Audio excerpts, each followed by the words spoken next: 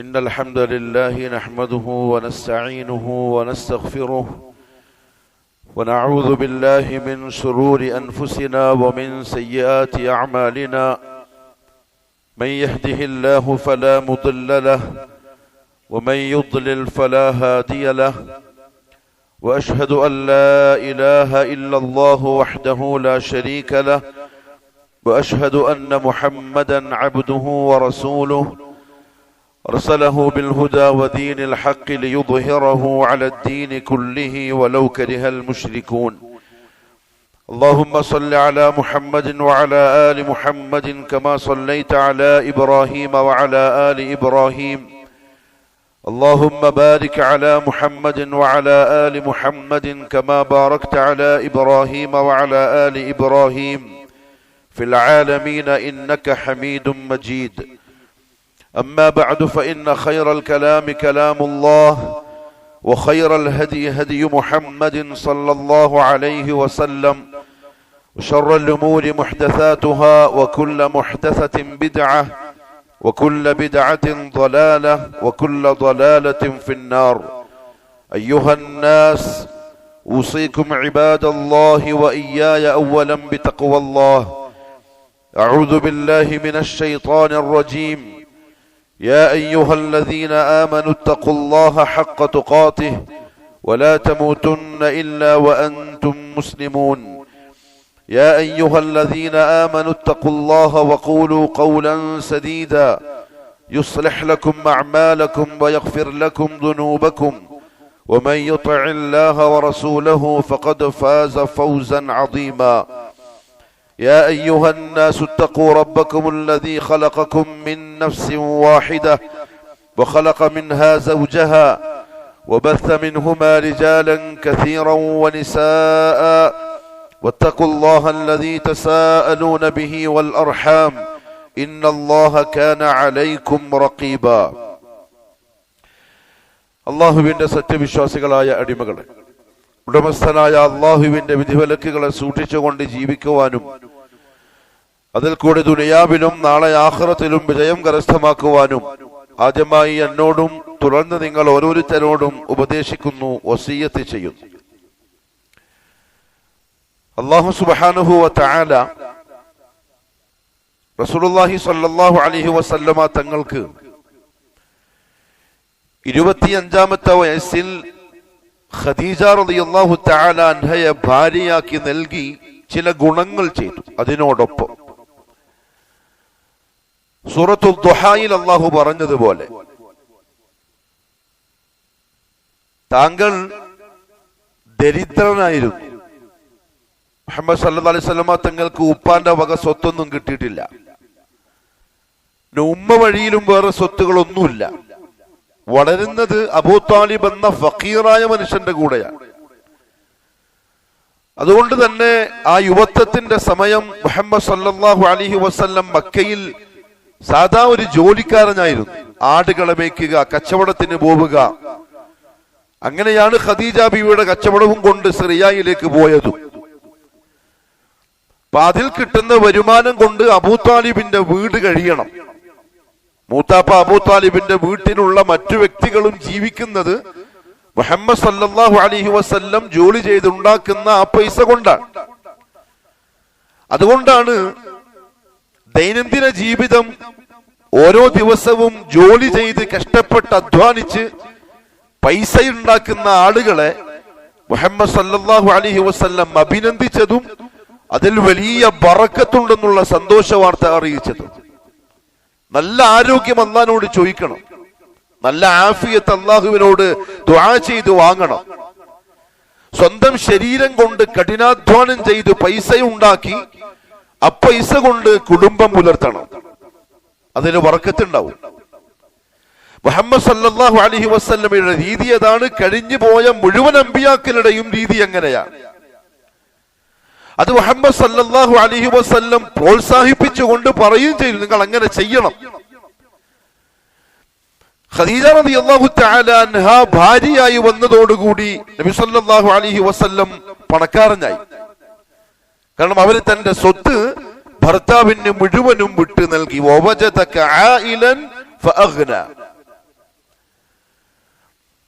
ഉലമാക്കൾ മസ്അല പറഞ്ഞു, ഒരാള് കല്യാണം കഴിക്കുന്ന ഒരു പെണ്ണ് പണക്കാരിയാണെങ്കിൽ, ധനികയാണെങ്കിൽ, ഓളെ കൈമൽ ഇഷ്ടം പോലെ പൈസയുണ്ടെങ്കിൽ അത് വിനിമയം ചെയ്യാനും കൈകാര്യം ചെയ്യാനുമുള്ള അവകാശം അവൾക്കാണ്, ഭർത്താവിനല്ല. അവൾ ഏൽപ്പിച്ചാൽ ഒഴികെ.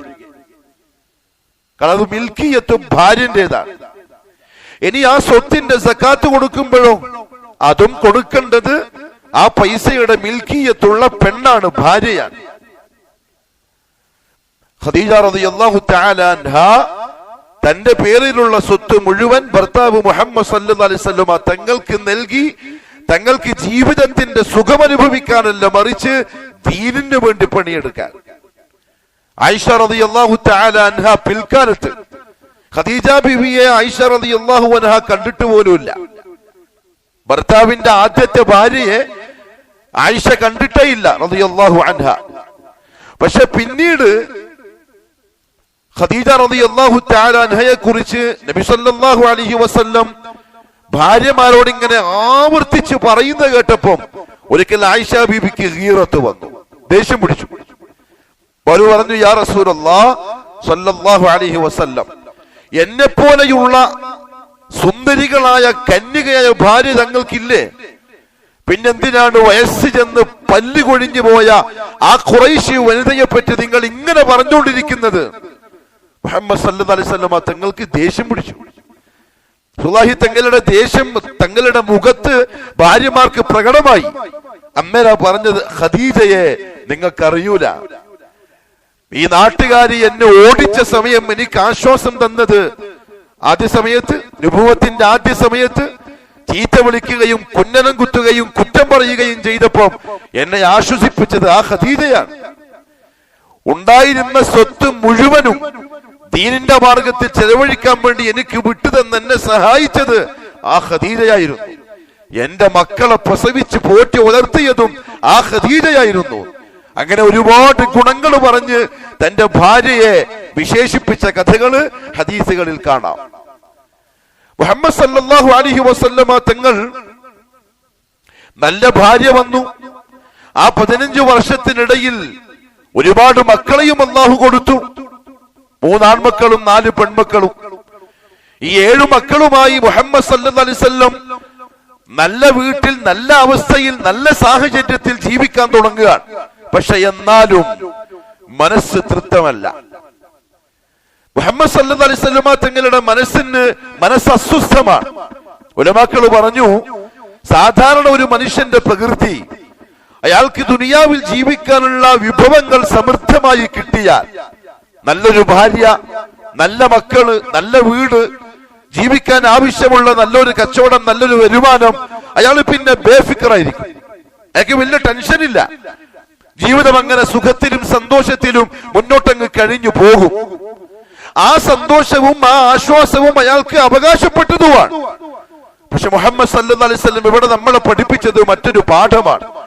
ദുനിയാവിന്റെ സുഖങ്ങളിലും രസങ്ങളിലും മനുഷ്യന് സ്വസ്ഥതയും സമാധാനവും കണ്ടെത്താമെങ്കിലും അതിനപ്പുറത്ത് സത്യവിശ്വാസികൾക്ക് ഉണ്ടായിരിക്കേണ്ടുന്ന ഒരു ഹമ്മുണ്ട്. അത് ഉമ്മത്തിനെ പറ്റിയുള്ള ഫിക്റാണ്. നബി സല്ലല്ലാഹു അലൈഹി വസല്ലമയുടെ ഉമ്മത്തിനെ കുറിച്ചുള്ള ചിന്തയാണ്, അവരുടെ ഹിദായത്തിന്റെ മാർഗത്തെ പറ്റിയുള്ള ആലോചനയാണ്. അത് നബി സല്ലല്ലാഹു അലൈഹി വസല്ലമ തങ്ങൾക്ക് മനസ്സിന് ഭയങ്കരമായ അസ്വസ്ഥതകൾ ഉണ്ടാക്കിയിട്ടുണ്ട്. കാരണം അന്ന് മക്കത്ത് ദുനിയാവിൽ ഇന്ന് പറയപ്പെടാവുന്ന മോശമായ അവസ്ഥകൾ മുഴുവനും കൊണ്ടാടുന്ന ഒരു സമയമാണ്. ഒരു മനുഷ്യന് എത്രത്തോളം മൃഗീയമായി താഴാൻ പറ്റുമോ ആ താഴ്ന്ന അവസ്ഥയിലേക്ക് അന്നത്തെ മക്കക്കാര് പോയിട്ടുണ്ട്. അതിലൊന്നാമത്തെ അവരുടെ പ്രശ്നം ശിർക്കാണ്. ഉടമസ്ഥനായ അള്ളാഹുവിന് പകരക്കാരെയും സഹായികളെയും ശുപാർശകരെയും ഉണ്ടാക്കി കഴിഞ്ഞുപോയ കാലഘട്ടങ്ങളിൽ ജീവിച്ച് മരിച്ചുപോയ ഔലിയാക്കളെ, മഹാന്മാരെ, മഹത്തുക്കളെ അവർ അള്ളാഹുവിന്റെ ഇടയിൽ കണക്ട് ചെയ്ത് തൗഹീദിൽ നിന്ന് പിന്മാറിയിരിക്കുകയാണ്. അള്ളാഹനെ അറിയാണ്ട് പോയിട്ടില്ല, അവർ അള്ളാഹനെ നിഷേധിച്ചിട്ടില്ല, അല്ലെങ്കിൽ അള്ളാഹു ഇല്ലാന്ന് പറഞ്ഞ് തള്ളിക്കളയുന്നുമില്ല. അതേസമയം അവർ ഇബാദത്തുകൾ ആ അള്ളാഹുവിന് മാത്രം നൽകാതെ വഴിവിട്ട് നൽകുന്ന കാഴ്ച മുഹമ്മദ് സല്ലല്ലാഹു അലൈഹി വസല്ലമയെ അസ്വസ്ഥനാക്കി. ഉലമാക്കൾ പറഞ്ഞു, അപ്രവാചകന്റെ സമുദായത്തിലെ ഏറ്റവും ഉന്നതർ, മനസ്സ് ഏറ്റവും ശുദ്ധമായവർ, അവർ ഉൾക്കൊണ്ടിരിക്കുന്ന ഈമാനിനോട് ഏറ്റവും അധികം കൂറുള്ളവർ ഈ വിഷയത്തിൽ ഉമ്മത്തിനെ പറ്റി ആലോചിച്ച് അസ്വസ്ഥമാകുന്നവരായിരിക്കും. ഒരാള് ശിർക്കിലേക്ക് പോയാൽ അതൊരു മുഅ്മിന് താങ്ങാൻ കഴിയൂല, സഹിക്കാൻ കഴിയൂല. ഒരാൾ അല്ലാഹു അല്ലാത്തവനെ വിളിക്കുന്നുണ്ട്, അല്ലാഹു അല്ലാത്തവനോട് സഹായം തേടുന്നുണ്ട്, അയാൾ ശിർക്കിന്റെ വഴിക്ക് പോയി പോകുന്നുണ്ട് എന്നൊരാൾക്ക് മനസ്സിലായാൽ അയാളെ ഉറക്കം നഷ്ടപ്പെടും. അവർക്ക് വേണ്ടിയായിരിക്കും അയാളുടെ ദുആകൾ മുഴുവൻ. അയാളെ ഏതെങ്കിലും വിധേന തൗഹീദിലേക്ക് തിരിച്ചു കൊണ്ടുവരുവാനുള്ള അതിശക്തമായ പ്രയത്നം ആ മുഅ്മിന്റെ ഭാഗത്ത് നിന്ന് ഉണ്ടാകണം. അതാണ് മുഅ്മിനിന്റെ സിഫത്ത്. കാരണം മുഹമ്മദ് മുസ്തഫ സല്ലല്ലാഹു അലൈഹി വസല്ലം നബുവത്തിന് ലഭിക്കുന്നതിന് മുമ്പുള്ള കഥയായി പറഞ്ഞ്, മില്ലത്തെ ഇബ്രാഹിമിന്റെ പശർമയുള്ള ആ കാലത്തെ സംഗതിയാ പറയുന്നത്. ഭയങ്കരമായ ഹം. മറ്റൊരു കാര്യം, അന്ന് മക്കത്തുണ്ടായിരുന്ന ആളുകൾ ഹറാമായ വഴിയിലൂടെ കാശുണ്ടാക്കിയവരാ. നബി സല്ലല്ലാഹു അലൈഹി വസല്ലം തങ്ങളെ അസ്വസ്ഥമാക്കിയ രണ്ടാമത്തെ കാര്യം, ഇന്ന് ദുനിയാവിൽ നമുക്കറിയാവുന്നവർ ഹറാമിന്റെ വഴിയിലൂടെയാണ് കാശുണ്ടാക്കുന്നത്, പൈസ ഉണ്ടാക്കുന്നത്, അവരവരുടെ ഭാര്യ മക്കൾക്ക് തിന്നാൻ കൊടുക്കുന്നത് എന്നറിഞ്ഞാൽ അതൊരു മുഅ്മിനിന്റെ മനസ്സിനെ അസ്വസ്ഥമാക്കണം. അത് വ്യക്തി ജീവിതത്തിൽ വരുന്നത് തലമുകളിലേക്ക് വലിയ പാറക്കല്ലുകൾ തെറിയപ്പെടുന്ന പോലെ പേടിക്കണം. തന്റെ മുസ്ലിം സഹോദരങ്ങൾ, മുഅ്മിനുകൾ, മുവഹിദുകൾ ആ വഴിക്ക് പൈസ ഉണ്ടാക്കുന്നുണ്ടെന്നറിഞ്ഞാൽ എത്രയും പെട്ടെന്ന് നസീഹത്ത് ചെയ്ത് അയാളെ രക്ഷപ്പെടുത്തേണ്ട വഴികൾ അന്വേഷിക്കണം. കാരണം ഹറാമായ സമ്പത്ത് ഖൽബിനെ നശിപ്പിച്ചു കളയും, ശരീരം പുഷ്ടിപ്പെടും. ഇഷ്ടംപോലെ ഹറാമിന്റെ വഴിയിൽ പൈസ ഉണ്ടാക്കിയാൽ നല്ല ഭക്ഷണം കഴിക്കാം, നല്ല വെറൈറ്റി സാധനങ്ങൾ തിന്നാൻ തീറ്റിപ്പിക്കാം, ശരീരം തടിച്ചു തുടുക്കും, നല്ല നിറമുണ്ടാവും, ആളുകൾ കാണുമ്പോൾ തന്നെ മേന്മകൾ പറയും. പക്ഷെ ആ ശരീരത്തിന്റെ ഉള്ളിൽ ഒഴുകുന്ന രക്തം ഹറാമായിരിക്കും. അബൂബക്കർ സിദ്ദീഖ് റളിയല്ലാഹു അൻഹു പറഞ്ഞു, നബി സല്ലല്ലാഹു അലൈഹി വസല്ലം പറയുന്നത് ഞാൻ കേട്ടിട്ടുണ്ട്, ഒരു തുള്ളി രക്തം, മനുഷ്യ ശരീരത്തിൽ ഓടുന്ന ലിറ്റർ കണക്കിന് രക്തമല്ല, ഒരു തുള്ളി രക്തം ഹറാമിന്റേതായി ഒരുത്തന്റെ ശരീരത്തിലേക്ക് പ്രവേശിച്ചാൽ ആ ശരീരം നരകവുമായി ഏറ്റവും അടുത്ത ശരീരമാണ്. എത്ര സൂക്ഷിക്കണം, എത്ര പേടിക്കണം. 5 പൈസ ഹറാമ് ഉള്ളിലേക്ക് പോയി പോവാതെ, എന്റെ മാത്രമല്ല എന്റെ ഭാര്യമാരുടെയും എന്റെ മക്കളുടെയും അത് നിർബന്ധമാവണം. മുഹമ്മദ് സല്ലല്ലാഹു അലൈഹി വസല്ലം തങ്ങളെ നുബുവത്തിന് മുമ്പ് അസ്വസ്ഥമാക്കിയ മക്കക്കാരുടെ ഒരു അബദ്ധം അതായിരുന്നു. അവരുടെ സമ്പാദ്യം അധികവും എല്ലാ അധികവും ഹറാമിലൂടെയായിരുന്നു. അബൂബക്കർ സിദ്ദീഖ് റളിയല്ലാഹു അൻഹു വിശന്ന് പോയിരിക്കുന്ന സമയത്ത് ഒരാൾ ഭക്ഷണം കൊണ്ടുപോയി കൊടുത്തു. അദ്ദേഹത്തിന് ഒരു സ്വഭാവമുണ്ട്, ഭക്ഷണം കയ്യിൽ കിട്ടിയാൽ ഇതേതാണ്, എവിടെ നിന്നാണ്, എന്താണ് എന്ന് അന്വേഷിക്കാണ്ട് കഴിക്കൂല. പക്ഷെ വിശപ്പിന്റെ കാഠിന്യം കൊണ്ട് ചോദിക്കാണ്ടെങ്കിൽ തിന്നുപോയി. വിശപ്പൊക്കെ മാറി സ്വസ്ഥതയായി. അപ്പൊ ചോദിച്ചു, എന്ത് ഭക്ഷണ നീ എനിക്ക് തന്നത്, ഏടുന്ന് കിട്ടിയതാണ്? അപ്പൊ അയാള് പറഞ്ഞു, ഞാൻ ഇസ്ലാം ആകുന്നതിന് മുമ്പ് ഒരു ജ്യോത്സ്യനായിരുന്നു, എനിക്ക് ആ പണിയുണ്ട്, കളം വരച്ചിട്ട് ആൾക്കാർക്ക് പൊട്ടത്തരം പറഞ്ഞു കൊടുക്കുന്ന പരിപാടിയുണ്ട്. അങ്ങനെ ഒരു പണി ഒരു കുടുംബത്തിന് മുമ്പ് ഞാൻ ചെയ്തു കൊടുത്തിട്ടുണ്ട്, ഇസ്ലാം ആകുന്നതിന് മുമ്പ്. അവർക്കത് ഫലിക്കും ചെയ്തു. ഇപ്പൊ എന്നെ അവര് കണ്ടപ്പം അതിന്റെ സന്തോഷ സൂചകമായി എനിക്ക് തന്നൊരു ഗിഫ്റ്റാണ് ഇത്, ഹദിയ. ആ ഭക്ഷണമാണ് ഞാൻ നിങ്ങൾക്ക് തന്നത്. അബൂബക്കർ സിദ്ദീഖിന്റെ അവസ്ഥ മാറി, അദ്ദേഹത്തിന്റെ മുഖഭാവം മാറി. വെപ്രാളപ്പെട്ട് അസ്വസ്ഥനായി ചങ്ങാതിമാരെ കണ്ട് ചോദിച്ചു, ഞാൻ തിന്ന ഭക്ഷണം ഛർദ്ദിച്ചു കളയാൻ എന്താണ് ഒരു വഴി? ആരോ പറഞ്ഞു കൊടുത്തു, കൈയിട്ടാ മതി കൊണ്ടയിലേക്ക്. ഒരാരോ പറഞ്ഞു, വയറ് നിറച്ചു ഭക്ഷണം വെള്ളം കുടിച്ചാ മതി. ഹദീസിന്റെ റാവി പറഞ്ഞു, അബൂബക്കർ സിദ്ദീഖ് റളിയല്ലാഹു അൻഹു കൈവിരലുകൾ തൊണ്ടയിലേക്ക് ആഴ്ത്തി ഇറക്കി ഛർദ്ദിക്കാൻ തുടങ്ങി. പിന്നെ വെള്ളം കളകള കുടിച്ച് പിന്നെയും ഛർദ്ദിക്കാൻ തുടങ്ങി. നമ്മൾ വിചാരിച്ചു ആ ഛർദിയിൽ അദ്ദേഹം മരിച്ചു പോകൂ. എത്ര പേടിച്ചിട്ടുണ്ടാവും? ഒരു തുള്ളി, ഒരു തുരുമ്പ് ആമാശയത്തിൽ ശേഷിക്കാത്ത തരത്തിൽ അദ്ദേഹം അതിനെ ഛർദ്ദിച്ച് തള്ളി. എന്നിട്ട് പറഞ്ഞു, ഹറാമിന്റെ ഭക്ഷണം ശരീരത്തിൽ ചെന്നാൽ അത് നരകവുമായി ഏറ്റവും അടുത്തതായിരിക്കും. യാ അയ്യുഹല്ലദീന ആമനൂ കുലൂ മിൻ തയ്യിബാതി മാ റസഖനാകും. ആ പറഞ്ഞ വാക്കിന് രണ്ടർത്ഥമുണ്ട്. സത്യവിശ്വാസികളെ, ഞാൻ നിങ്ങൾക്ക് തന്നതിൽ നല്ലതേ നിങ്ങൾ തിന്നാവൂ എന്ന് പറഞ്ഞാൽ നല്ലതല്ലാത്ത വഴികൾ സുലഭമായിരിക്കും. നിങ്ങൾക്ക് നല്ലതല്ലാത്ത, ഹലാലല്ലാത്ത വഴിയിൽ ഭക്ഷണം ഉണ്ടാക്കാൻ 10,000-കണക്കിന് വഴികൾ വളരെ എളുപ്പമാക്കപ്പെട്ട രീതിയിൽ നിങ്ങളെ കൺമുമ്പിൽ വരും. ആൾക്കാർ നിങ്ങളെ പിടിച്ചു വലിച്ചു കൊണ്ടുപോകും. പക്ഷെ കുലൂ മിൻ തയ്യിബാത്ത്, ആ വഴിക്ക് പോവരുത്. ഹലാല് നോക്കി ആ വഴിക്ക് പോയിക്കൊള്ളാം. 1000 രൂപ കിട്ടേണ്ട സ്ഥലത്ത് 100 രൂപ കിട്ടിയാലും ശരി. കുലൂ മിൻ തയ്യിബാതി മാ റസഖനാകും. മുഹമ്മദ് മുസ്തഫ സല്ലല്ലാഹു അലൈഹി വസല്ലം തങ്ങളുടെ ശിഷ്യന്മാരിൽ നിന്ന് ദീൻ പഠിച്ച താബിഈകൾ, സലഫുകൾ, അവരുടെ വീടിന്റെ അവസ്ഥ എന്താണെന്നറിയോ? ഭർത്താക്കന്മാര്, ഉപ്പമാര്, ജ്യേഷ്ഠന്മാര് പണിക്ക് പോകുമ്പം വീട്ടിൽ നിന്ന് പെണ്ണുങ്ങൾ പറയും, വൈകുന്നേരം വരുമ്പം ഭക്ഷണം കയ്യിലൊന്നും കൊണ്ടുവന്നിട്ടില്ലെങ്കിലും കുഴപ്പമില്ല, നമ്മൾ പട്ടിണി കിടന്നോളാം, ഹറാമിന്റെ മുതലൊന്നും ഇങ്ങോട്ട് കൊണ്ടുവന്നു പോകരുത്. അതായത് അന്നത്തെ പെണ്ണുങ്ങളുടെ അവസ്ഥ. എന്തായിരുന്നു മക്കാര് അങ്ങനെ അനുവദനീയമല്ലാത്ത വഴിയിൽ സ്വീകരിച്ച സാമ്പത്തിക രീതി? ഒന്ന് പലിശ കച്ചവടക്കാരായിരുന്നു. അബ്ബാസ് ബിൻ അബ്ദുൽ മുത്തലിബ് റളിയല്ലാഹു അൻഹു, അദ്ദേഹം പിന്നീട് ഇസ്ലാമിന്റെ ആളായി. കട്ടുകെട്ടുത്ത പലിശക്കാരനായിരുന്നു, പലിശ കച്ചവടക്കാരനായിരുന്നു. കോടിക്കണക്കിന് സ്വർണ്ണ നാണയവും വെള്ളി നാണയവും അദ്ദേഹത്തിന് പലിശയിൽ മാത്രം സമ്പാദിച്ചിട്ടുണ്ട്. മുഹമ്മദ് സല്ലല്ലാഹു അലൈഹി വസല്ലം അവസാനത്തെ വിടവാങ്ങൽ പ്രസംഗത്തിൽ ഇതാ ജാഹിലിയത്തിന്റെ സർവ്വതും ഞാൻ അടിച്ച് താഴ്ത്തുന്നു എന്ന് പറഞ്ഞിട്ട് പറഞ്ഞു, പലിശ അള്ളാഹു നിഷിദ്ധമാക്കിയിരിക്കുന്നു, അതിനില്ല. ഞാൻ ആദ്യം ഇല്ലാതെയാക്കുന്നത് എന്റെ പ്രതിഭ്യൻ അബ്ബാസിന്റെ പലിശയാണ്. 5 പൈസ എനിക്ക് കൊടുത്തു പോകരുത് അബ്ബാസിന് റളിയല്ലാഹു അൻഹു. പുറത്ത് നല്ല തുടങ്ങിയത് ഉള്ളുന്ന്, പലിശ ഒഴിവാക്കി തുടങ്ങിയത് ഉള്ളുന്ന്. സ്വന്തം പ്രതിഭ്യന്റെ പലിശ. കോടിക്കണക്കിന് സ്വത്തുള്ള മനുഷ്യനായിരുന്നു. റസൂലുള്ളാഹി സ്വല്ലല്ലാഹു അലൈഹി വസല്ലം പറഞ്ഞു, പ്രിയപ്പെട്ടവരെ, കച്ചവടക്കാരോ മറ്റെന്തെങ്കിലും വഴിക്ക് ജോലി മറ്റു ചെയ്യുന്നവരോ റിബയുമായി ബന്ധപ്പെട്ടാൽ അള്ളാഹു പറഞ്ഞൊരു വാക്ക് പറയട്ടെ, യംഹഖുല്ലാഹു റിബ, യംഹഖുല്ലാഹു റിബ, പലിശയെ അള്ളാഹു നശിപ്പിക്കും. പലിശക്കാരൻ ഇന്ന് സുന്ദരമായി ജീവിക്കുന്നുണ്ടാവും.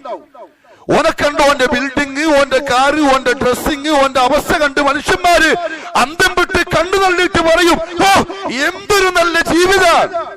അവന്റെ ഒരു തലമുറക്ക് പോലും അത് ആസ്വദിക്കാനുണ്ടാവില്ല. യംഹഖുല്ലാഹു റിബ, അടിച്ചല്ലാഹു തരിപ്പണമാക്കി കളയും. പിന്നെ ഒരു ചില്ലി കാശ് അയാൾക്ക് പറയാനുണ്ടാവില്ല. അയാളെ മക്കള് നരകിക്കും ദുനിയാവിൽ. നിങ്ങൾ ചരിത്രമെടുത്തു നോക്കോ, നിങ്ങൾ പലിശക്കാരുടെ ജീവിത ചരിത്രം ഒന്ന് വായിച്ചു പഠിച്ചു നോക്കോ. അയാളുടെ സന്താന പരമ്പരകൾ പിച്ച തണ്ടുന്നവരായി മാറും ദുനിയാവിൽ. കാരണം ആ സ്വത്ത് അല്ലാഹു വിജയിപ്പിക്കൂല. യംഹഖുല്ലാഹു റിബ, പലിശയെ അല്ലാഹു നശിപ്പിച്ചിരിക്കും. നമുക്ക് അറിയില്ല, നമ്മൾ ഈ ഇട്ടാവട്ടത്തുള്ള പൈസക്കാർക്ക് ചിലപ്പോൾ അറിയായിരിക്കും, വലിയ വലിയ പൈസക്കാരുടെ ജീവിതമൊക്കെ. നമ്മൾ ഈ ഇട്ടാവട്ടത്തുള്ള 1000 കൊണ്ട് കളിക്കുന്നതൊക്കെ ചിലപ്പോൾ മനസ്സിലാവില്ല. പലിശക്കാരുടെ ജീവിതം സ്വസ്ഥത എന്ന് പറയുന്ന സാധനം ജീവിതത്തിൽ ഉണ്ടാവില്ല. 1 മണിക്കൂർ നേരം നേരെ കൂർക്കം വലിച്ചുറങ്ങാനുള്ള സ്വസ്ഥത, മാനസിക സുഖം അയാൾ അനുഭവിച്ചിട്ടുണ്ടാവില്ല. ഇത് അല്ലാഹുവിന്റെ തീരുമാനമാണ്. യംഹഖുല്ലാഹു റിബ, നശിപ്പിച്ച നാമവിശേഷാക്കും.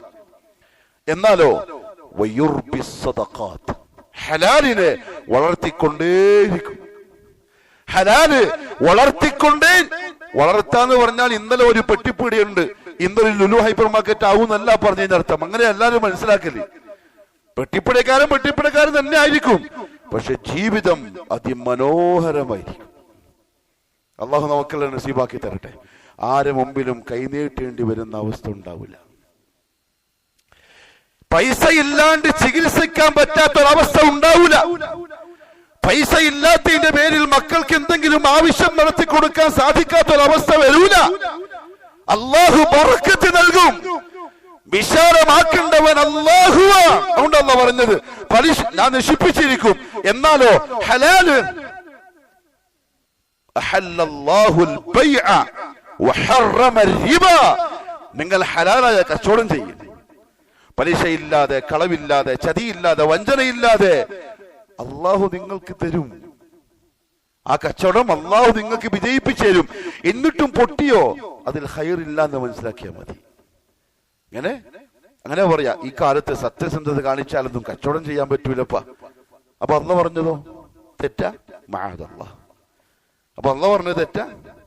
എല്ലാരും അങ്ങനെ പറയാ. അഹല്ലല്ലാഹുൽ ബൈഅ, കച്ചവടം ചെയ്തോളി ഹലാലായ രീതിയിൽ.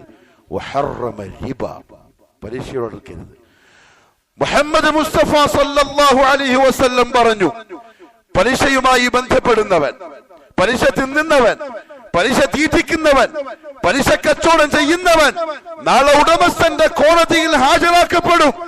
അവനെ നേർക്ക് നേരെ കണ്ട ഉടനെ അല്ലാഹുവിന്റെ കൽപ്പന വരും, ഖുൽ സിലാഹക്, ഖുൽ സിലാഹക്, നിന്റെ ആയുധം എടുത്തിട്ട് വാ എന്നോട് യുദ്ധം ചെയ്യാൻ. കാരണം ഖുർആൻ അല്ലാഹു പറഞ്ഞിട്ടുണ്ട്, ഫഖദ് ആദൻതുഹു ബിൽ ഹർബ്, പലിശയുമായി ബന്ധപ്പെടുന്നവനോട് ഞാൻ യുദ്ധപ്രഖ്യാപനം നടത്തിയിട്ടുണ്ട്. കാരണം അല്ലാഹു പറയുന്നു തോപ്പിക്കും, ഇവൻ പറയുന്നത് എന്താ? പലിശക്ക് എടുത്തിട്ട് കച്ചവടം വിജയിപ്പിക്കും, യുദ്ധം. ആഖിറത്തിൽ അല്ലാഹു പറയും, ഖുൽ സിലാഹക്, നീ എന്നെ തോപ്പിക്കാൻ കളിച്ചോളല്ലേ ദുനിയാവില്, ഞാൻ ഹറാമയ്ക്കതുമായിട്ട് ബന്ധപ്പെട്ടിട്ട് ആയുധം എടുത്തിട്ട് വാ, നമുക്ക് ഇടുന്ന് നോക്കാം ആരോട് യുദ്ധം ചെയ്യും. എന്ത് പറയും? ഇനി അവിടെ പോയിട്ട് പന്തരം പറ്റിപ്പോയതാപ്പ, അങ്ങനത്തെ അവസ്ഥയിലായിപ്പോയതാപ്പ എന്ന് പറയാന്നാ? ലാ തഅ്തദിറു, ലാ തഅ്തദിറു, കാരണങ്ങളൊന്നും പറയാൻ നിൽക്കണ്ട, ഒന്നും സ്വീകരിക്കപ്പെടൂല. ഇവിടെ ശ്രദ്ധിക്കണം. മുഹമ്മദ് സല്ലല്ലാഹു അലൈഹി വസല്ലം തങ്ങളെ അത്ര അസ്വസ്ഥമാക്കി മക്കക്കാരുടെ സാമ്പത്തിക സ്രോതസ്. കാരണം അതിലൊന്ന് പലിശയായിരുന്നു, മറ്റൊന്ന് അവർ കള്ള് കച്ചവടക്കാരായിരുന്നു, കള്ളിന്റെ ആശമാര് എന്ന് പറഞ്ഞ കള്ളില്ലാണ്ട് അവർക്ക് ജീവിതമില്ല. അതാണ് സഹാബത്തിന്റെ വിജയം. അങ്ങനെ കള്ളിൽ മുങ്ങിക്കിടന്ന ആളുകൾ, പരിശുദ്ധ ഖുർആനിൽ കൽപ്പന വന്നു, എന്താ നിങ്ങൾക്ക് നിർത്തിക്കൂടെ? നിങ്ങൾക്ക് ഈ കള്ള്, ഇന്നമൽ ഖംറു വൽ മൈസിറു വൽ അൻസാബു വൽ അസ്ലാം റിജ്സും മിൻ അമലി ശൈത്താൻ ഫജ്തനിബൂഹ്, കൽപ്പന വന്നു. ഇജ്തനബ്, രാവിലെ നമ്മൾ സുഹീന്റെ ക്ലാസ് പറഞ്ഞു, ഇജ്തനബ്, നിങ്ങൾ ഇതിനെ മാറ്റി വെക്കുന്നു, അത് ശരിയല്ല. ആദ്യം പറഞ്ഞു കള്ളു കുടിച്ചിട്ട് നിസ്കരിക്കാൻ വരാൻ പാടില്ല, കള്ളു കുടിച്ചിട്ട് നിസ്കരിക്കാൻ വരാൻ പാടില്ല. കാരണം അന്ന് കള്ളുകൂടി ഉണ്ടായിരുന്നു ഇസ്ലാമിന്റെ തുടക്കത്തിൽ. പിന്നെ അല്ലാഹു റബ്ബുൽ ഇസ്സത്ത് പറഞ്ഞു കള്ള് മോശാണ്. ആദ്യം പറഞ്ഞു നിങ്ങളോട് കള്ളിനെ പറ്റിയും ചൂതാട്ടത്തെ പറ്റിയും ചോദിച്ചാൽ നിങ്ങൾ പറയണം, ഖുൽ ഫീഹിമാ ഇസ്മുൻ കബീറും വമനാഫിഉ ലിന്നാസ്, മോശാണ്, ചില ഉപകാരങ്ങളൊക്കെ ഉണ്ട്, എന്നാലും മോശമായതാണ് ഏറ്റവും വലുത്. ആ വാക്ക് പറഞ്ഞു നിർത്തി. അത് കേട്ടപ്പോ തന്നെ കുറെ ആൾക്കാർ, അതാണ് ഈമാന്റെ എന്താ പറയാ ഏറ്റക്കുറച്ചിൽ. ഇത് കേട്ടപ്പോ തന്നെ ഈമാനുള്ളവർക്ക് മനസ്സിലായി അല്ലാഹ് ഇത് ഇഷ്ടപ്പെടുന്നില്ല, ഒഴിവാക്കി.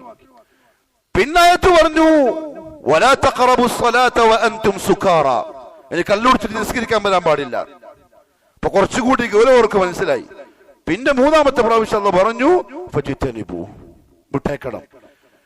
അന്ന് വലിയ വലിയ വീപ്പകളിൽ കള്ള് നിറച്ചിരുന്ന ആളുകൾ കമ്പിപ്പാറ കൊണ്ടുവന്ന വീപ്പകൾ കുത്തിപ്പൊളിച്ച് തെരുവീതിയിൽ കള്ളിന്റെ ചാലൊഴുകി, അത്രത്തോളം അവരത് പാസാക്കി. കള്ളില്ലാണ്ട് ജീവിക്കാൻ പറ്റാത്ത ആൾക്കാർ, കള്ള് ഒഴുകി, വേണ്ട എന്ന് പറഞ്ഞാൽ വേണ്ട തന്നെ. അള്ളാഹുവിനെ അനുസരിക്കാനുള്ള തൗഫീഖ് നസീബാക്കി തരട്ടെ. ഈ കള്ള് കച്ചവടം അവരെ മോശമാക്കി, സ്വഭാവം മോശമാക്കി. പ്രിയപ്പെട്ടവരെ, കള്ളും കഞ്ചാവും MDMഉം മയക്കുമരുന്നും ഒക്കെ ദീനുൽ ഇസ്ലാം നിഷിദ്ധമാക്കിയതിന്റെ പിറകിൽ ഹിക്മത്തുണ്ട്. അത് മനുഷ്യനല്ലാത്തവനാക്കും. ഓരോ ഉപ്പാനെ പിന്നെ മനസ്സിലാവില്ല, ഉമ്മാനെ മനസ്സിലാവില്ല, പെങ്ങന്മാരെ മനസ്സിലാവില്ല. ഓന്റെ ചോരയിൽ പിറന്ന പിഞ്ച് പൈതങ്ങളെ തിരിച്ചറിയാത്ത അവസ്ഥയില് കാടന്മാരും മൃഗങ്ങളുമായി മാറും. അതവന്റെ മസ്തിഷ്കത്തിലാണ് പ്രവർത്തിക്കുക. അതുകൊണ്ട് അള്ളാഹു പറഞ്ഞ തുടരുത്, നീ നാശമായി പോവും, നിന്റെ കുടുംബത്തിന്റെ പേര് പോവും, നിന്റെ ഇസ്സത്തില്ലാതെയാവും, നിന്റെ ഭാവി തലമുറ നിന്റെ ഈ വൃത്തികേട് കൊണ്ട് കളിയാക്കപ്പെടും. തുടരുത്. ഇസ്ലാം തൊടണ്ടെന്ന് പറഞ്ഞാൽ പിന്നെ തൊട്ടുകൂടാ. നമ്മൾ ഓരോരുത്തരും അത് ഒഴിവാക്കി, നന്നായി ക്ലിയറായി, പിന്നെ ഓനെ പറഞ്ഞ് കുറ്റപ്പെടുത്തുന്നത് ശരിയല്ല, വേറെ കാര്യം, അത് ഹറാം. പക്ഷേ അതിന്റെ ചില പശർമ്മകൾ ദുനിയാവിൽ ബാക്കി കിടക്കും.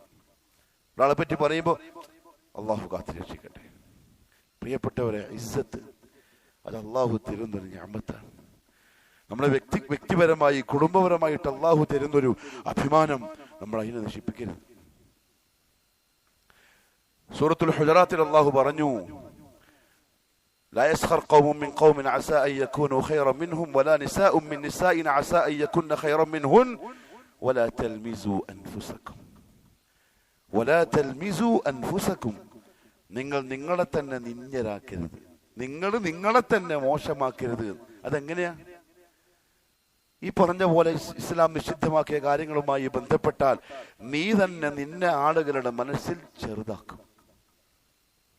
അള്ളാഹു നിനക്ക് ഇസ്സത്ത് തന്നു, അഭിമാനം തന്നു, ആരോഗ്യം തന്നു, കുടുംബം, തറവാട്, മഹിമ, ഉപ്പ, ഉമ്മ, ഭാര്യ, മക്കൾ ഒക്കെ തന്നു. ഇതെല്ലാം അല്ലാഹു തന്ന നിഅമത്താണ്. ലാ തൽമിസു അൻഫുസകും, എന്ന് നിങ്ങളായിട്ട് നിങ്ങൾ ഒന്നും അല്ലാതാക്കരുത്.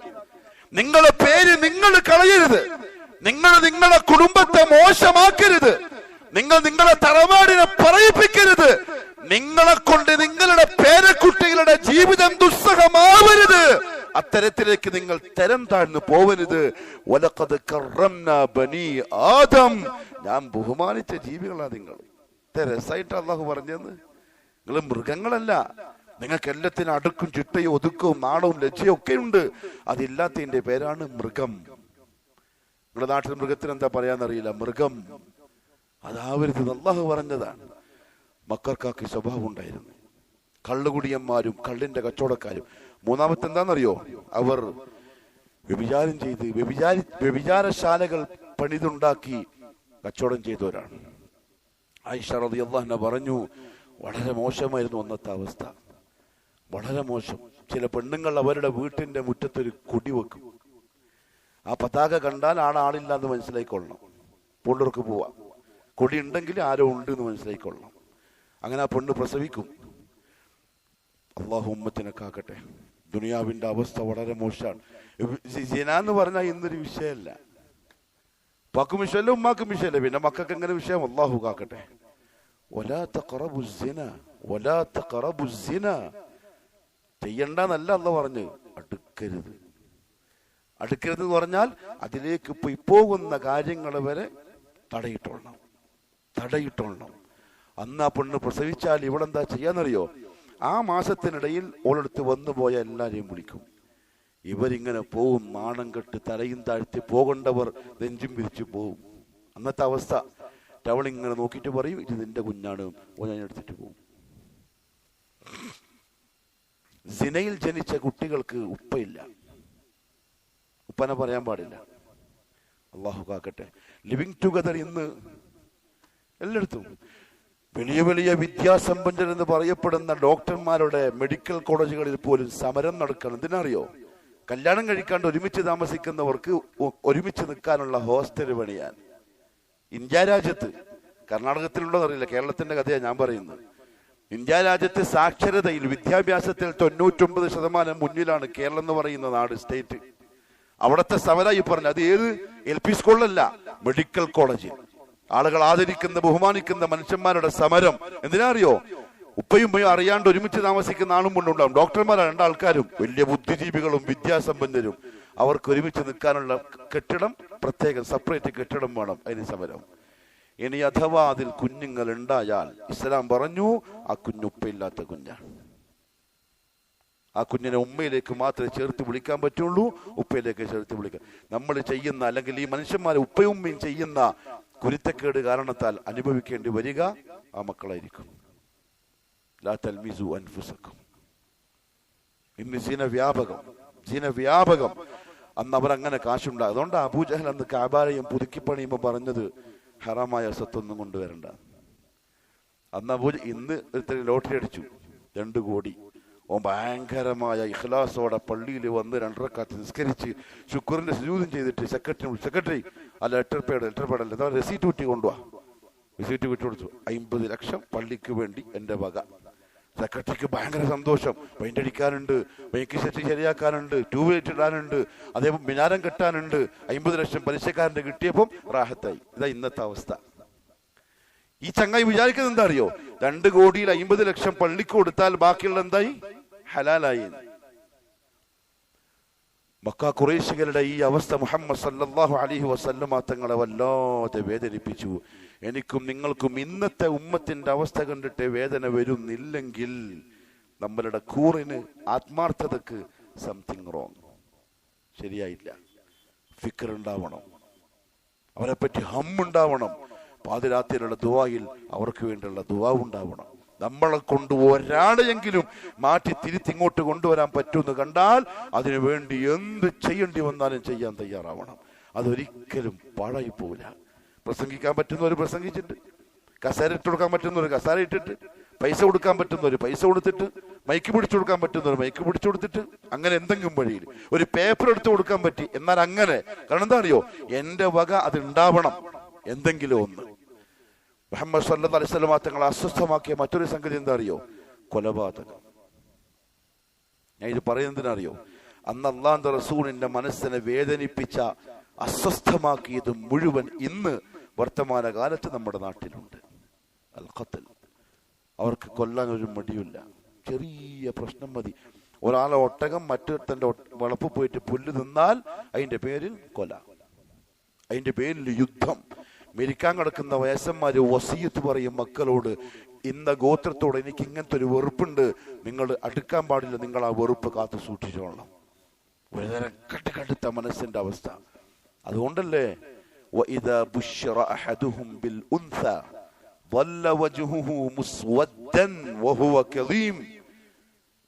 ഒരു പെൺകുട്ടിനെ കൊടുത്ത് ഞാൻ സന്തോഷ വാർത്ത അറിയിച്ചാൽ, അന്നത്തെ മനുഷ്യന്മാർക്ക് ഒരു പെൺകുട്ടിനെ കൊടുത്താൽ ظَلَّ وَجْهُهُ مُسْوَدًّا, അവന്റെ മുഖമാകെ ഒരു അഭിമാനം കെട്ട പോലെ കറുത്തങ്ങ് താവും. ഒരു സന്തോഷമില്ല പെണ്ണിനെ കിട്ടുമ്പോ. എന്നിട്ട് ചെയ്യാന്നറിയോ? ജീവനോട് ആ കുഞ്ഞിനങ്ങ് കൊന്നുകളയും. ഒന്നുകിൽ കാലിൽ പിടിച്ചിട്ട് തറയിലടിക്കും, ഇവന് കസിന് തഫ്സീറിൽ കാണാം, അല്ലെങ്കിൽ ജീവനോടെ കുഴിച്ചു മൂട്ടും. അവർക്ക് താങ്ങാൻ പറ്റുന്നില്ല എന്ന് പറഞ്ഞാൽ കൊല്ലല് വിഷയമല്ല. നമുക്കോ അന്ന് അറബി 6-ാം നൂറ്റാണ്ടിന്റെ കാടന്മാരെന്ന് പറയാ. ഇപ്പോഴത്തെ മനുഷ്യന്മാർക്കോ പെണ്ണിന് 6 മാസം 7 മാസമായി, അപ്പോഴാ തോന്നുന്നു വേണ്ടപ്പ അത് പെണ്ണും തോന്നുന്നു, കുഞ്ഞ് ഉള്ളും തന്നെ കൊന്ന്. അതും കൊലയല്ലേ? ഉള്ളും തന്നെ കൊല്ലലും കൊലയല്ലേ? ഇന്നും ആർക്കും കൊല്ലാൻ ഒരു മടിയില്ല. ഇപ്പൊ വാട്സപ്പിലും ഫേസ്ബുക്കിലും വീഡിയോ വരുന്ന കാണുന്നില്ലേ? മനുഷ്യന്മാര് പോയിട്ട് കൊല്ലുന്നത് വാളുകൊണ്ട് കൊത്തിയിട്ടും വെട്ടിയിട്ടും. അള്ളാഹു കാത്തി രക്ഷിക്കട്ടെ. മുഹമ്മദ് സല്ലല്ലാഹു അലൈഹി വസല്ലം തങ്ങളുടെ ഈ ഒരു അസ്വസ്ഥത, ഈ ഒരു ഹമ്മ്, അത് അള്ളാഹു ഖുർആനിൽ പല സ്ഥലത്തും പറഞ്ഞു. നബിയെ, ഫലാ തദ്ഹബ് നഫ്സുക അലൈഹിം ഹസറാത്ത് ഇന്നല്ലാഹ അലീമും ബിമാ യസ്നഊൻ. സൂറത്ത് ഫാത്തിറിന്റെ 8-ാമത്തെ ആയത്ത് നിങ്ങൾ തഫ്സീർ വായിച്ചു നോക്കുക. നബിയെ, നിങ്ങൾക്ക് എന്തൊരു സങ്കടമാണ് ഇവരുടെ അവസ്ഥ ഓർത്തിട്ട്. ഈ സങ്കടം കൊണ്ട് നിങ്ങൾ നിങ്ങളെ നഫ്സിനെ തന്നെ ഇല്ലാണ്ടാക്കി കളയോ? ഉമ്മത്തിനെ പറ്റി ചിന്തിച്ച്, അവരുടെ അവസ്ഥയെ പറ്റി ആലോചിച്ച്, അതിന്റെ ബാക്കിൽ പ്രവർത്തിച്ച് നിങ്ങൾ നിങ്ങളെ തന്നെ ഇല്ലാണ്ടാക്കി കളയോ? അത്രത്തോളം ഫിക്ർ നബി സല്ലല്ലാഹു അലൈഹി വസല്ലം തങ്ങൾക്ക്. സൂറത്തുൽ കഹ്ഫിന്റെ 6-ാമത്തെ ആയത്ത് നമ്മളെല്ലാം ഓതും. ഫലഅല്ലക ബാഖിഉൻ നഫ്സക അലാ ആസാരിഹിം ഇല്ലം യുഅ്മിനൂ ബിഹാദൽ ഹദീസി അസഫൻ. നബിയെ, ഈ വിശ്വസിക്കാത്ത ആൾക്കാരെ കണ്ട് സങ്കടപ്പെട്ട്, അസഫൻ, ദുഃഖിതനായി നിങ്ങൾ നിങ്ങളെ തന്നെ ഇല്ലാണ്ടാക്കൂ? അള്ളാഹു ചോദിക്കുകയാണ്. അത്രത്തോളം ഫിക്റായിരുന്നു. ആ ചിന്തയാണ് റസൂലുള്ളാഹി സ്വല്ലല്ലാഹു അലൈഹി വസല്ലം തങ്ങളെ ജബലുൻ നൂറിന്റെ മുകളിലുള്ള ഹിറാ ഗുഹയിലേക്ക് താമസം മാറാൻ പ്രേരിപ്പിച്ചത്. നുബുവത്തിൽ കിട്ടുന്നതിന് തൊട്ട് മുമ്പുള്ള 6 മാസം മുമ്പാണ് താമസം മാറ്റിയത്. നുബുവത്ത് വന്നത് റമദാനിലാണ്. റമദാന്റെ മുകളിലോട്ട് നമ്മൾ എണ്ണിയാൽ ശഅബാൻ, റജബ്, ജമാദുൽ ആഖിർ, ജമാദുൽ ഊല, റബീഉൽ ആഖിർ, റബീഉൽ അവ്വൽ. ഒരു റബീഉൽ അവ്വൽ മാസത്തിലാണ് മുഹമ്മദ് സല്ലല്ലാഹു അലൈഹി വസല്ലം ഹിറാ ഗുഹയിലേക്ക് ഈ അസ്വസ്ഥത കാരണത്താൽ താമസം മാറുന്നത്. ഈ താമസത്തെ, ഹിറാ ഗുഹയിലേക്കുള്ള ഈ പോക്കിനെ സൂഫികള് ദുർവ്യാഖ്യാനിച്ചു. ഇൻഷാ അല്ലാഹ് നമുക്ക് അടുത്ത ഖുതുബകളിൽ അതിന്റെ ബാക്കി പറയുന്ന കൂട്ടത്തിൽ അത് സൂചിപ്പിക്കാം. കഥ പറയലല്ല ഉദ്ദേശം, ചരിത്രം പറയലല്ല ലക്ഷ്യം. അതിൻ്റെ ഉള്ളിൽ നിന്ന് നമുക്ക് കിട്ടുന്ന കാര്യങ്ങളിൽ പാഠം ഉൾക്കൊണ്ട് ജീവിതത്തെ മാറ്റണം, തസ്കിയത്ത് കൊടുക്കണം, നഫ്സിന് തർബിയത്ത് കൊടുക്കണം. അള്ളാഹു നല്ല തൗഫീഖ് നസീബാക്കി തരട്ടെ. أقول قولي هذا وأستغفر الله العظيم لي ولكم ولجميع المؤمنين فاستغفروه إنه هو الغفور الرحيم.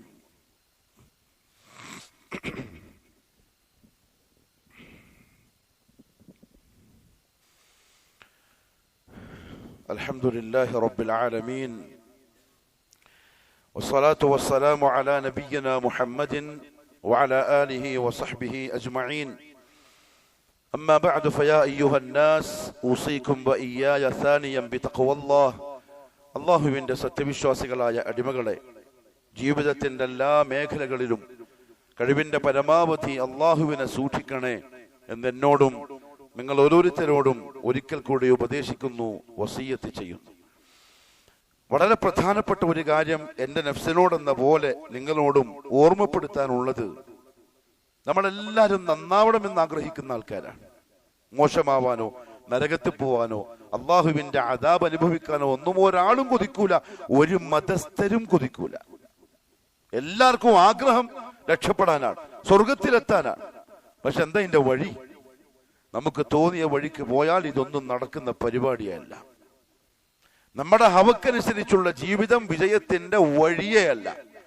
വിജയത്തിന് ഒറ്റ വഴിയേ ഉള്ളൂ.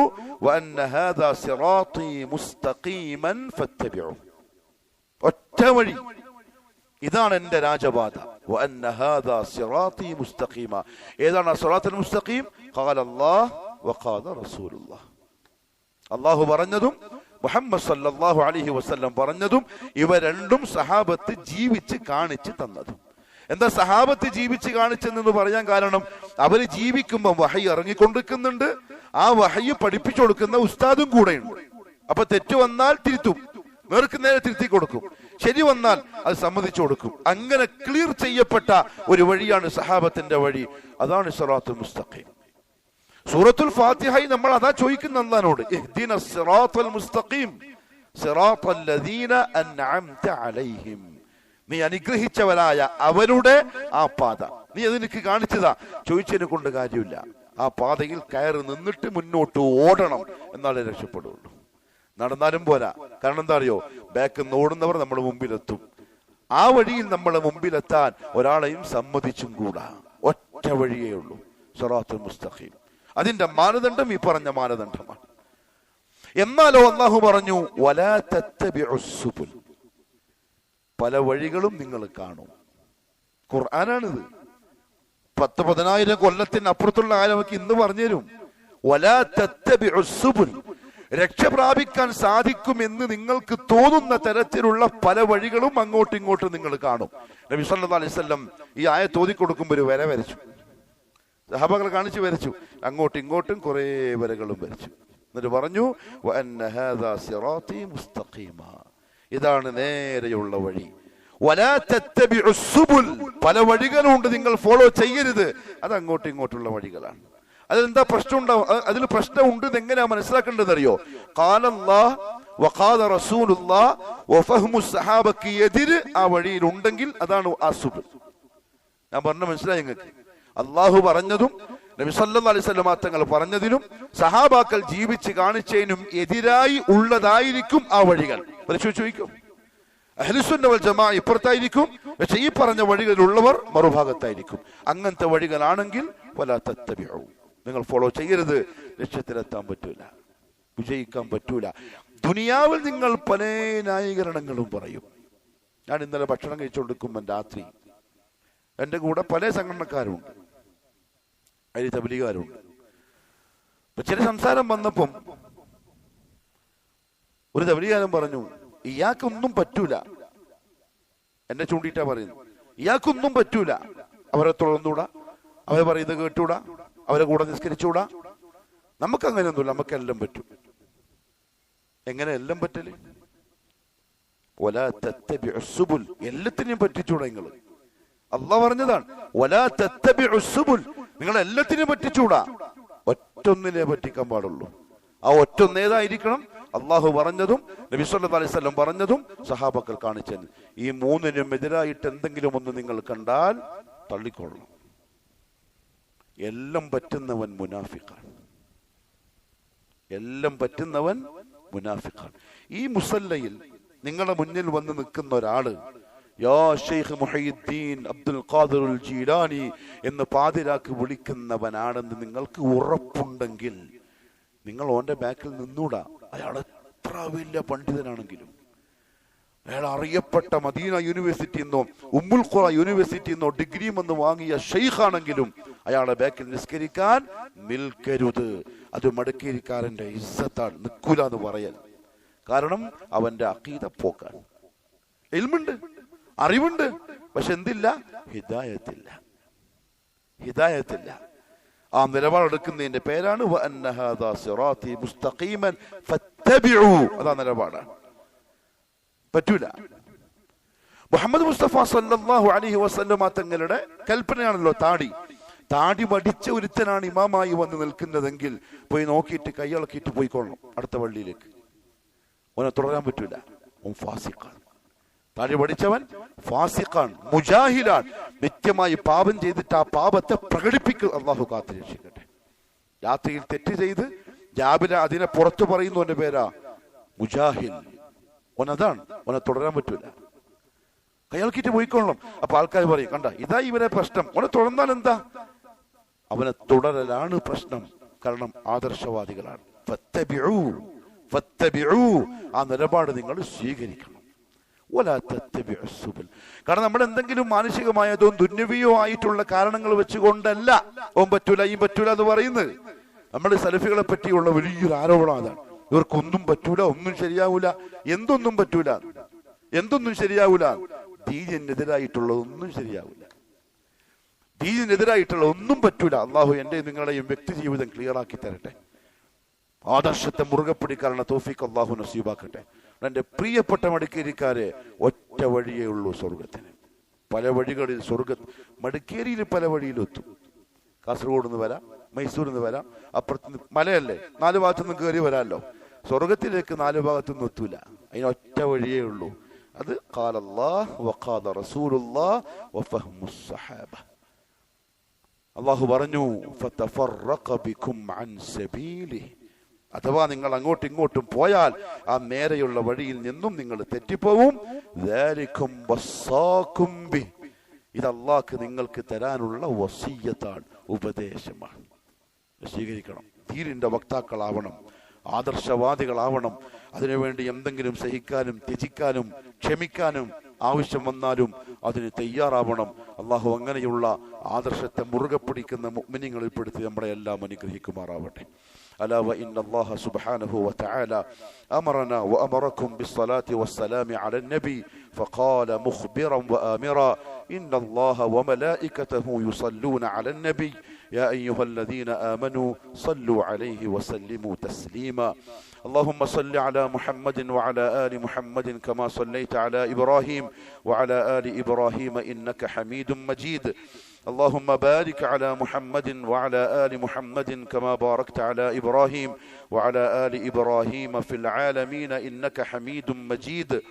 اللهم ارض عن خلفاء الراشدين عن أبي بكر وعمر وعثمان وعلي رضوان الله عليهم أجمعين وعن بقية الصحابة والقرابة كلهم أجمعين.